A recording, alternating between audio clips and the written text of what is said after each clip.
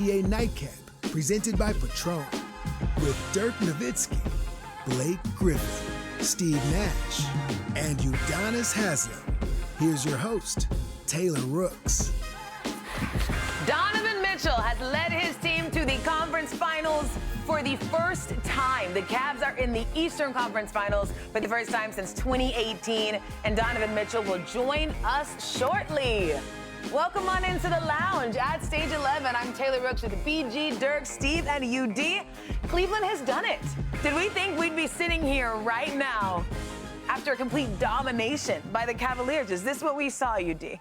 I had no clue what I was going to see from the Cleveland Cavaliers. I knew they were the better team on paper, but when it came down to the grit, the physicality, all the games, the game in between the game, I didn't know if they were going to be able to pull it out. But I have to give credit.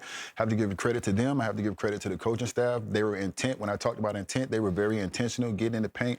They got defensively, they shut down the paint for Detroit. Offensively, they got in the paint for themselves. The ball moved. They did what they were supposed to do. This is how you come in, and this is how you take advantage, and this is how you win a Game 7 on the road and shut everybody up, including me. I have nothing to say. 31-point win, the largest in a Game 7 in Cavs franchise history. I mean, what did you see about how they came out hot and they stayed hot? To be honest, they didn't really start the game that way. They looked like they were a little bit timid. They were trying to figure it out. And then somewhere around the 3-4 minute mark, or 3 minutes into the game, 4 minutes into the game, they got some offensive rebounds, the activity, the movement. I loved what I saw from the bigs because they were just constantly moving, you know, and at times we've seen that Cavs offense get a little bit stagnant, but they are at their best when there's not just ball movement. Like everybody thinks about offense and making the defense go from side to side as ball movement, it's player movement as well. They were all over the court. The guards did such a good job of breaking down Detroit's perimeter defense, getting into the lane, making passes, kicking out, making threes. They were just doing it all, and it was just movement. It was activity. And, you know, when this Cleveland team does that, they're a much, much different team. Yeah, I mean, I think Detroit's identity is physicality, right? And I wanted to see, you know, this Cavs team match that physicality by being strong and decisive with the ball to not turn it over. They only had 11 turnovers tonight, which I think was the best night of their series. And then rebounding. They kept them to 10 offensive rebounds, so they were able to control some of the possession metrics. And I just think that message permeated throughout their team where they were like, we're going to be tougher tonight. We're going to play tougher. We didn't see that in Game 6. That's why we were up here like, what are we going to expect from this team tonight? Yeah. Tonight they came to play. They brought it. I think tactically, I think they brought it with their mentality and their mojo, and I think that's why they had a runaway win. Yeah, I thought the Cavs had a great game plan, get in the paint early and often, get the bigs involved, get some dunks. I go the other way, though. We did not see Detroit basketball tonight. They did not be aggressive. They didn't hack. They didn't turn the Cavs over like they were all series long. That means they didn't get in transition. They didn't get any fast break points. They didn't get any points in the paint. So everything was they had to take the ball out, walk it up. And as we know, all season long, their half-court offense at times is tough, where they have to walk it up. It's a lot of Cade, a lot of isoing, and he didn't really have the touch tonight. A lot of step backs, didn't really get in the paint. Nobody else really created room for himself and make threes. So it was a tough night for them, but it started with the Cavs getting in the lane, making the Detroit take the ball out all the time and walk the ball up, and that's what you saw tonight. They were struggling to score. We are going to hear from Donovan Mitchell shortly, but I think first we really got to give it up to Sam Merrill. Merrill. Big Yes, he game is. for Sam Merrill. 23 points off the bench, making 5 of the Cavs' 10 threes. I mean, showed up huge. I mean, this is huge. And when you talk about a guy like Sam Merrill making shots, that's all predicated off the ball movement. They're not running no plays for Sam Merrill. They're not putting it in his hands, telling him to go to work. When Sam Merrill gets, how many threes? 10 threes? Well, 8 threes and 10 shots. That means the ball is moving. It is flying around. And that is a byproduct of just the great ball movement and getting in the paint. Getting in the paint. Detroit was so good with getting those interior passes and getting those hands on the interior passes. And I think, like you said, Dirk, that was not a Detroit defense that we're used to accustomed seeing. You were giving up paint points and giving up threes. So you gave them everything tonight. So what do you all feel was the effect of Max Strus starting and how maybe that energized Sam and Dean Wade? It's really hard to tell. Yeah. I mean, it's really hard to tell what, like, maybe he pushed a button to get Sam Merrill and Dean Wade to play well off the bench. But, the reality is I think they saw Strus was such a competitor throughout the series. He spaces the floor. He fights defensively. If I can get him more minutes, maybe we have a better chance to win a Game 7 on a one-off. So you start him to give him more opportunity to get those minutes. But really, I'm not sure that was a meaningful pattern. I think, those two guys played great off the bench, and Strus was his normal self tonight, although he didn't shoot the ball great. Yeah, there was multiple games this series where it looked like Max Strus was the only guy really playing with any fire. And that could have he won them some games. Yeah, that could have really just been it. And, UD and I were talking about it before the game, but, for a coach to make that move, hopefully he went to Dean Wade and said, hey, this isn't because you're not getting it done for us. I just got to find a spark. We got to do something in Game 7. And credit to Dean Wade for coming out and being, contributing. He rebounded well, made his first 2 shots. It's not always easy to do, especially in the playoffs, like Game 14 of the playoffs, where you're like, oh, I just got pulled from the starting lineup. I know that happened in the first round, but just keeping your head on straight and coming in and producing and giving hustle. But to me, Merrill, we see the shots, right? That was fantastic, but he took a charge. He was flying after loose balls, getting on the floor. He was doing those extra things. He took a charge, all right. Yeah, that should have been like 2 charges. To be honest, the kid almost went through the floor. Ran over. But that's what Cleveland's going to need, and that's what they're going to need. When they go play the Knicks, they're going to have to just fight and scrap. They can't have these games where they just come out and look like they don't care that much. Yeah. Now, Donovan Mitchell scored or assisted on 43 points for the Cavs tonight. They needed him to show up. He absolutely did. What did you see from their star, Dirk? Yeah, he was incredible attacking early and often, and that's why I thought I was confused with Detroit's defense, because it felt like he got in the lane whatever he wanted. Here he got a matchup. They always hunt for the Duncan Robinson matchup, obviously, but he attacked here. He goes by Reed for a layup. Felt like Detroit's pick and roll coverage was not as tight as it always is, kind of keeping the ball in front, trapping in active hands in the pocket, get some steals, the pre-rotation, taking the pocket pass away. It was just too open for me, and give Spider credit. He was incredible all night long, and like Jared Allen said, he got in the paint. He got the bigs involved early. They had more dunks than I've seen Detroit defense give up. So constantly pressure on the paint, get in there, and then he got some shots to go too. So he was incredible, setting the tone and really getting in there and making stuff happen. All right, let's check in with Detroit and JB Bickerstaff at the podium. It's not disappointing with tonight's effort. It's not the effort, right? I'm not disappointed in these guys in the least bit. Obviously not the way we would have liked it to gone, but I'll never be disappointed in their effort. They gave us what they had. The Cavs just outplayed us tonight, and you give them credit for it. Coach, I'm along those same lines. What is your biggest takeaway about this team with everything that you guys accomplished this season? This team is awesome, and they're a special group of guys. I couldn't be more appreciative of how they allow us to coach them, work with them every single day, the spirit they carry, their willingness to grow, their willingness to sacrifice. And it's a special group. And, again, I can't be more thankful than to be a part of this and to be able to work with these guys. JB, defense has been the name of the game for you guys this season. What did you feel like was missing, and particularly, defending the post against Allen? It was more like, he got the ball in his spots off the glass and things like that. But we knew, they had X-Factor guys that had the ability to contribute, not just, not that he's an X-Factor, he's an all-star, but like, Sam Merrill early in the game, Jared Allen, on the boards and playing. So we knew it was going to be a tough series and a tough test for us. But just like we did last year, we'll learn from it. We'll put it in our pocket. We'll get better from it. And next year we'll grow and be a better team. JB, in the third quarter, the cameras had you talking to your team, and you said our competitive spirit. You told your team that. Why wasn't that there tonight? Why do where do you think that? Well, I think we had gotten down. And when we got down, we started trying to figure out other ways to win the game instead of, who we've been. And I just wanted to make the point to the guys, that we do it the way that Pistons do it. And we had to find that in order to give ourselves a chance. All How do you hear JB Bickerstaff expressing some appreciation for his team, how much he enjoyed this season here? But for this game, you all said it, Pistons did not play to their identity, had just 34 points in the paint tonight. That's their fewest in any game this season, regular season or playoffs. So how do you think they will look back on this loss and then the season as a whole?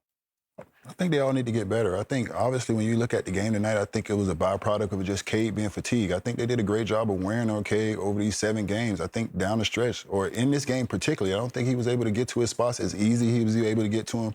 The pull-up shots that he was making wasn't falling for him tonight. He wasn't able to get other guys involved. So, obviously, Cade is going to be Cade. He's going to be great. You actually go out there, you look for some more space and guys that can knock down shots. And for Jalen Duren, I tell people this all the time. He's 22 years old. He is 22 years old, and you do not reach your peak as an NBA player until you're 27 to 30.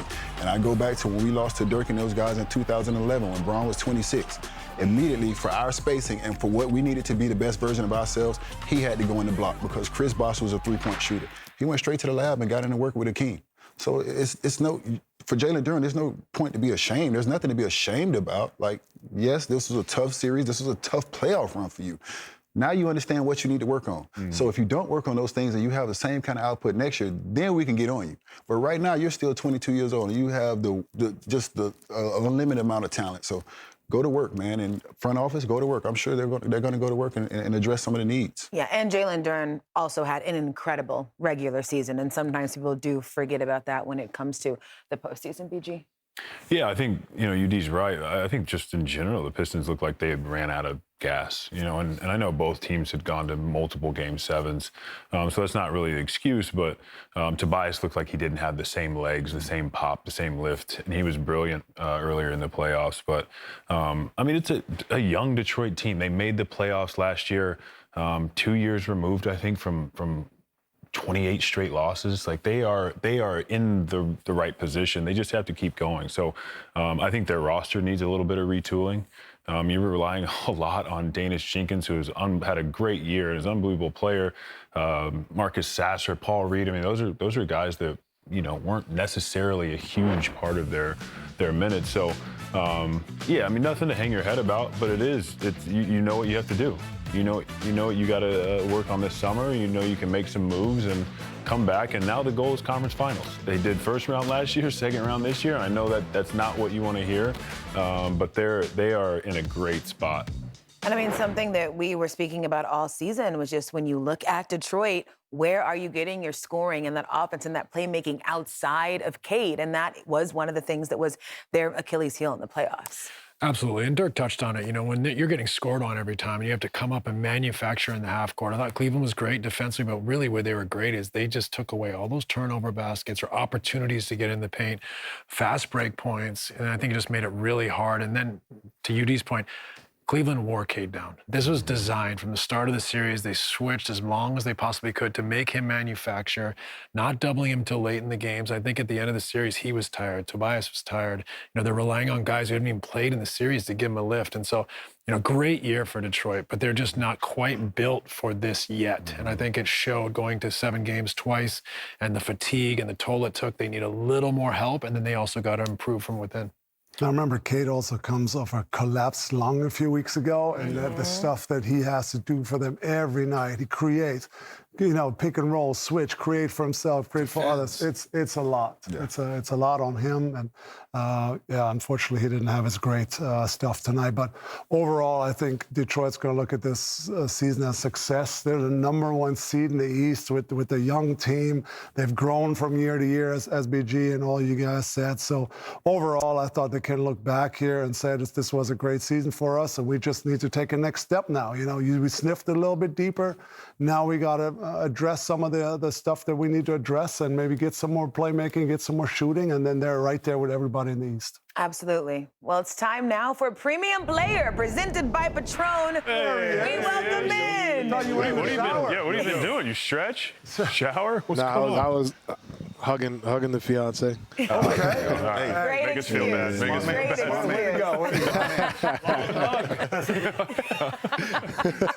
It's more of an embrace. Donovan Mitchell, congratulations. The Cavs have reached the first conference final since 2018, It was a hard-fought playoff so far. What did this series bring out of your guys? So many lessons. You know, obviously the way we handled being down 2-0, great response, right?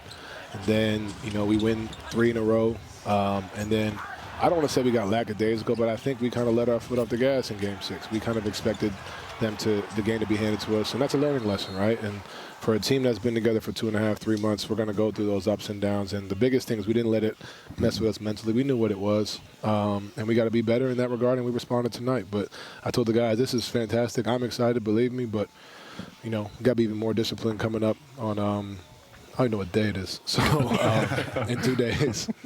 Obviously, you all have bigger goals, but I have to say, it's got to feel good for you to just get this conference finals monkey off your back. As I can tell by the smile on your face. We've had a lot of conversations about this. I interviewed you last summer, and you said that you weren't consumed about not making it because you knew that you will. You said that you know who you are. What do you think you have shown everybody about who you are now in this moment? Honestly, I don't think anything's changed. I think I've been the same guy. I think as a leader, I've definitely grown, but, you know, it's just about circumstance. And everybody on that couch, you guys know, sometimes it's just not your time. Like, you know, I mean, you could do everything you want to do, and sometimes whether, you know, I've been close and then I had ankle injuries. I've been close and we failed, right? You know what I mean? There's so many things. Sometimes you just got to continue to fight. And I said it after we lost against Indiana, like, what are we going to do, quit?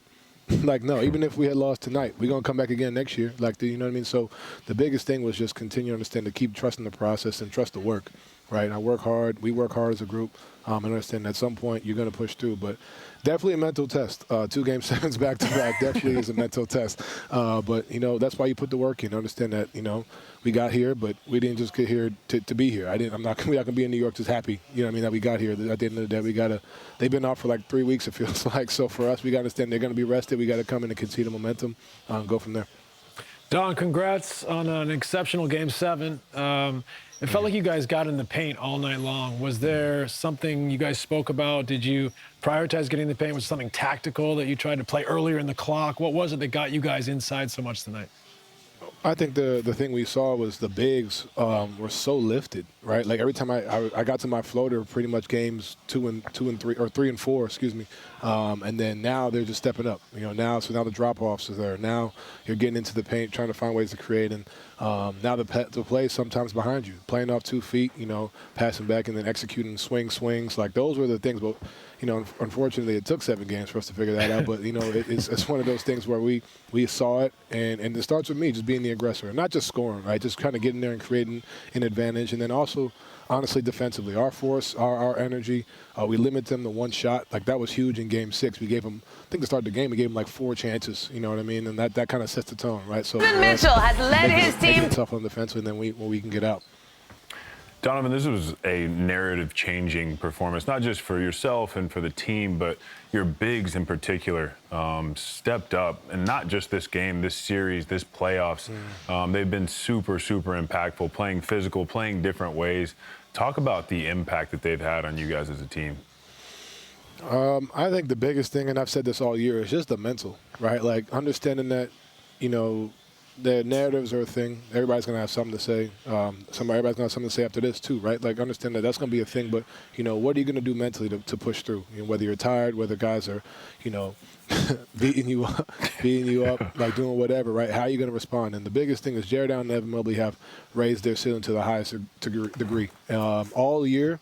But, you know, obviously in a game like this to show it on the national stage, I'm really proud of them, really happy for them. Because they continue to work, and we know how good both of those guys are, but sometimes the world doesn't get to see that. So I'm glad on a stage like this they get to show it, but we got another test coming up with 2 talented bigs coming up against New York, but they've been phenomenal, and they've been great. Hey, Donovan, congratulations for advancing to the Eastern Conference Finals, and also congratulations to y'all for shutting me up. What'd you say? Don't worry about it. Don't worry about it. Listen, y'all answer all my questions. I ain't gonna lie. I seen the YouTube. I saw you say something. I saw you say something, but I don't know what you said. I kind of skipped by it quick. I didn't want to see it. Y'all answer all my questions tonight. I have nothing else to say. 3-0 in Game 7s for you since you've been with the Cleveland Cavaliers. How can you guys create that mindset, that sense of urgency, and that desperation from Game 1 all the way through? And that's what I told the guys in the locker room. We shouldn't have to wait to get hit, right, and get punched in the mouth or be facing a go-home situation. And I think that's just the mindset. And it starts with me, UD, to be honest. And like I said, I'm known as a scorer, right, but just getting in the paint, being aggressive, just with force. Understanding that it's just going to come, right? You just got to continue to go out there and put the best foot forward, put your energy forward, and everything else will take care of itself. But when you focus on the little details, boxing out, defending, getting hits on the bigs, on the box out, everything else will take care of itself. But, it starts with me, starts with James, starts with Evan, and everybody else will follow. Congrats, Donovan. Great win. We got to look forward now to the Eastern Conference Finals. Knicks are rolling. What are you seeing next round? They got a lot of talent. I think they're peaking at the right time. I think a lot of guys are playing well over there. Obviously, you have Jalen Brunson, the head of the Snake, Karl Anthony Towns, but Mikal and OG are equally as dangerous. That's what we're starting to see. Josh Hart's a dog. We know them very well and understand that, hey, it's going to be a dogfight. It's going to be, might have another game 7. You know what I'm saying? So I understand it's going to be a dogfight on the boards, on defense, communication, and we got a lot of respect for them. But, at the end of the day, we got to go out there and compete and do what we do and not be satisfied. And we're not. We'll be ready to go in 2 days. Yes, sir. Incredible win. Like I said, I know a lot left to do, but soak in this moment. You did it. Headed to the Eastern Conference Finals. Good luck, man. Congrats Thank you, guys. Thank you, guys. Appreciate it. All right, coming on. You were liking that Donovan Sully. You wanted Spider. little spider? Unfortunately for the Pistons, they saw a lot of that, Sully, in this game. And after a 60-win season, they came up 1 win short of reaching the Eastern Conference Finals. And that means it's time to say our official NBA nightcap goodbye. And that means the soothing sounds of Dirk Nowitzki. We're changing that next year. No, we're not. Never. Maybe auto-tune. Staple.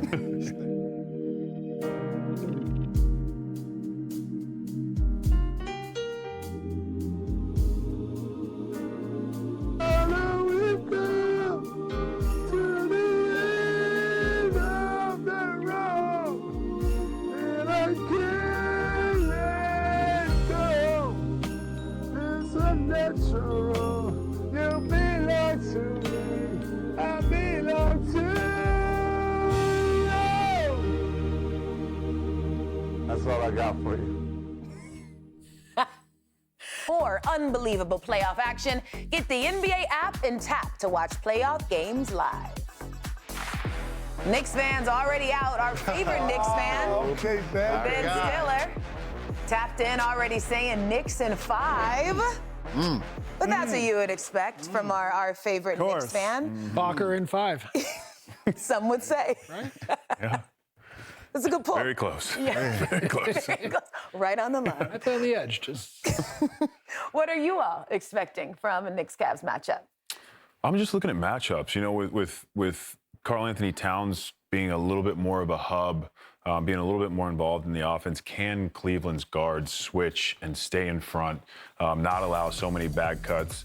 And then the bigs, again, we always talk about that, but Evan Mobley and Jared Allen, their matchup against Cat, against Mitchell Robinson, just seeing what they can do. I mean, the Knicks have plenty of guys to guard James and Donovan Mitchell, but who guards the guys, or who guards Brunson for the Knicks? Or for the excuse me, I'm all messed up, guys. I'm excited about these playoffs.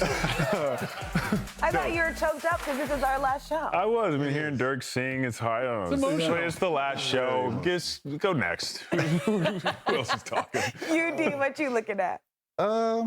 Same thing as Blake. I'm looking at the matchups, but I think in this particular matchup, I think Cleveland got somewhat of a tune-up in this first round with Detroit, because you're facing a team that is ball dominant with their point guard. You're also facing a team that is physical, gets in the paint, gets offensive rebounds, like to beat you up in the paint and use their physicality. So I think they've gotten a little bit of a jump start on this finals.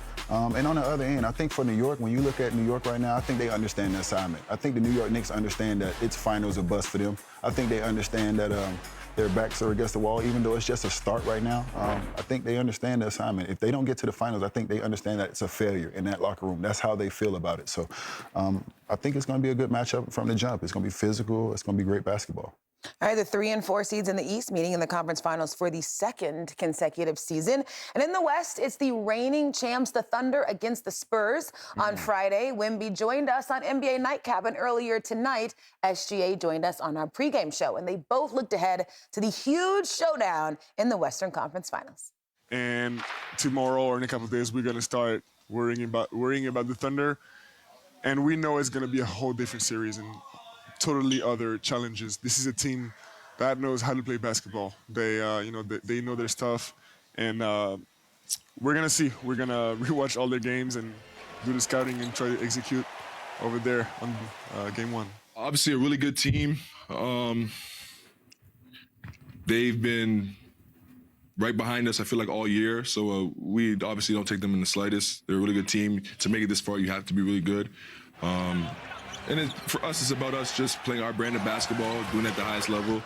And for as long as we can do that, we'll live with the results. And that's what it's about for us. I know Dirk is hyped for this one. You ready? Hyped. I think this is obviously the matchup we've all been waiting for all year long. This has been brewing for months, and we can't wait to see it. You know, does the Spurs dominance here in the regular season against OKC, does it mean anything? Or is it just regular season? Is the postseason going to be different now? We saw J-Dub is available and ready. He had a few weeks off now. Can he find the rhythm? I think OKC needs everybody firing, obviously at the highest level. I can't wait for the Chet Wemby mix-up. I'm sure there's going to be some shoving and some hype going on there. So how... Some shoving. How the Spurs going to guard Shea? Are they going to mix it up on him? Wemby's going to roam and leave whoever's in the corner to come to block everything. So there's just a lot of great stuff happening. Can't wait. Hopefully, we wish to watch 11 games, but it's a 7-game series, and hopefully it'll be a great one. How'd you settle on 11? I don't know. Just the more the merrier for me. Regular season is regular season, but 22% of the Thunder's losses came to the Spurs this season. It's 4 of 18, so they definitely had their number in the regular season. Is this the matchup that troubles OKC the most? I mean, it appears that way in the regular season. I'm really interested to see which star emerges who has the most influence. Is it Shea or is it Wemby? We know Wemby's going to have an incredible impact defensively.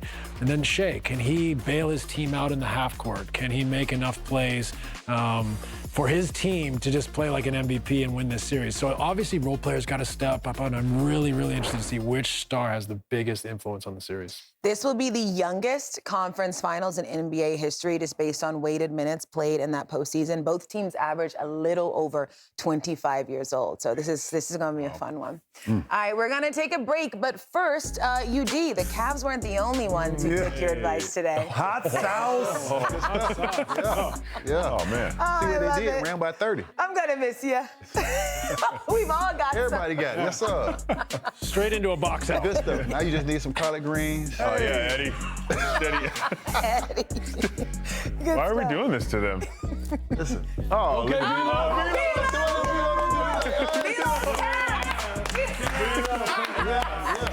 Especially all the way to the Midwest.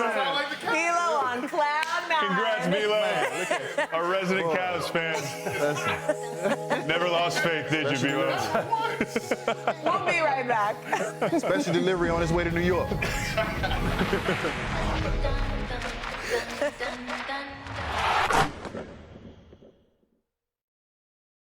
Or whether we lost, we turn to you. Not just your on-court, but your leadership and your positivity when things were really not going great. And so whether we won or lost tonight, we never celebrate you in these things. You don't want that. You don't want the praise. But tonight, you deserve the praise. And you're going home. And you deserve this more than everybody. Everybody played great. Come on, man. Let's go.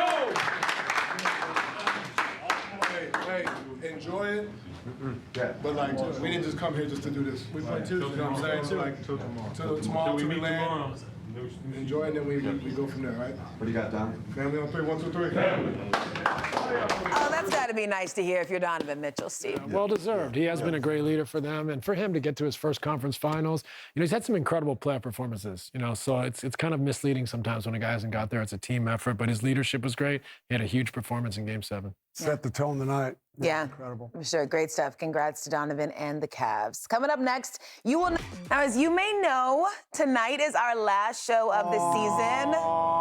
We're sad. So sad. But what a long, strange, and a wonderful journey that it has been. And it's only fitting that we send ourselves off just like we send off the NBA teams. So it's the end of the road for season 1 of the NBA on Prime. Uh-oh, Derek. Oh, no, not again. What we got here? Greetings. The alien. This is my personal checklist. The elbow needs to extend. Are you guys really taking notes? So I cock the wrist. If you hold your breath, you get a little tight in the air. On the money. Oh, I got this release. One take. There it is. Still got it. Still It's got just it. very sour.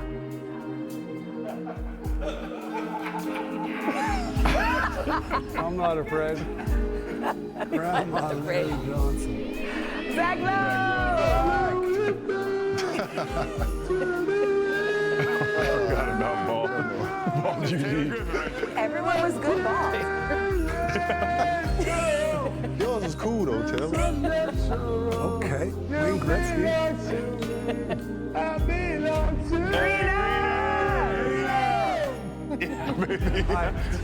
Oh, God. Cut that at the right time. Steve got me. Just blurred Chet's bosom. A lot of damage. Hey, come on, John. Sorry, Taylor. Let's see if you can make a half-court shot before the show ends. Never doubted you, Eugene. First try. Happy I didn't have to do that again. That's all I got for you. Oh, man. Oh, my goodness. I know that I have told you all this already, but truly, best team I've ever been a part of. Awesome. We really embodied the one band, one sound. We came in together. We're leaving this one together, and I hope that we get to do this together for a very, very, very long time. It's been the honor of my career. I'm going to miss you all so much. How does it feel to officially be a media member? Weird. But it was such a fun first season. So thanks to you, Taylor, for being our rock. You guys been amazing. All the crew learned so much from everybody. It's been a blast. So thank you guys, and tune in next year. Yeah, you got it. Anything you want to add, Mr. Blake Griffin? It was Seems a like you're blast. mushing out. Did I see some quivering of the lips? It's getting a little sad, guys. This was awesome, man. I mean, this first year putting this group together, I completely agree. This is an awesome team. And thank you to everybody that watched. And hopefully you guys learned something, and hopefully we can keep improving and deliver you guys a show that you deserve. Yeah, it's been very, very fun. Steve, man of many words. Oh, yeah. Bye-bye. Great. Yeah. Good night. No, it's been amazing. Got a flight to catch. I do. Great learning experience for all of us. I think we had a lot of fun. We came together, and we owe a lot to the team. The team behind us here does an incredible job. We feel very well supported. It makes every night a lot of fun. And I think that we deserve a final UD. Like, you give me a UDism. What you got? Somebody. Give us some sort of goodbye. Give him a single and tell us about this season, UD. Oh, man. I mean, it's been a great year. I really enjoy everything that we had the opportunity to do. I'm appreciative to everybody here, waking up every day looking for an opportunity to come to work and spend time with good people. And we're going to keep going. And there's no squares in this circle. Oh, you know you got to leave us in one. No squares in this circle, baby. Let's go. That was some snake oil. All right, well, you all know we've heard Dirk singing quite a bit lately. Oof. And actually, Sean Stockman from Boyz II Men took notice, left this comment here saying, "Well done, Dirk." Yeah. Must have had it on mute. Hey, he knows good lyrics and good lyrics. You know what? He actually does, Dirk. So while we're on this topic, there's one more thing. Take a look. Stop it. Yo, Dirk, what's up, man? This is Sean Stockman. And hey, I'm in Boyz II Men. If you don't already know, we've met before. But I did hear your rendition of End of the Road, man. It was pretty good. Now, here's a tip on how to improve that pitch and get a little on key, all right? Now, Okay, a normally you little gotta on key. breathe in deep, through the nose, and then out the mouth as you sing. It helps you with your control, and it helps with just being able to hit those notes as clean as you can, all right? So it goes a little something like this.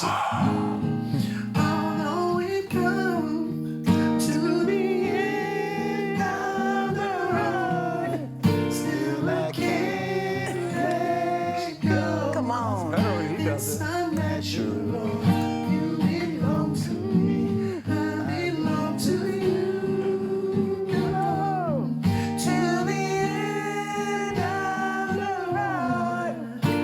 Put your phones up, everybody.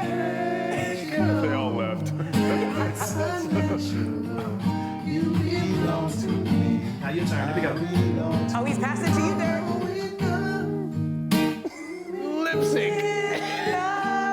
Come on, Dirk, take it away. I already showed you what I got. You guys need to go ahead and do it. PG, you're up. It's beautiful. It's a natural.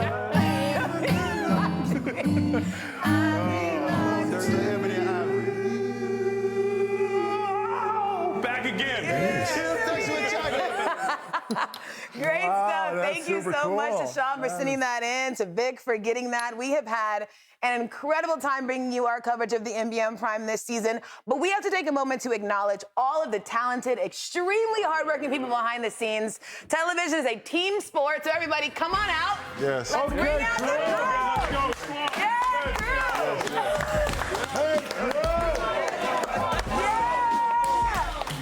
Could not have done it without every single person that you see here, making us look good, sound good. The best in the business behind us, and it is not just the team out on stage. We have the entire crew in the production truck. Come on! Yeah!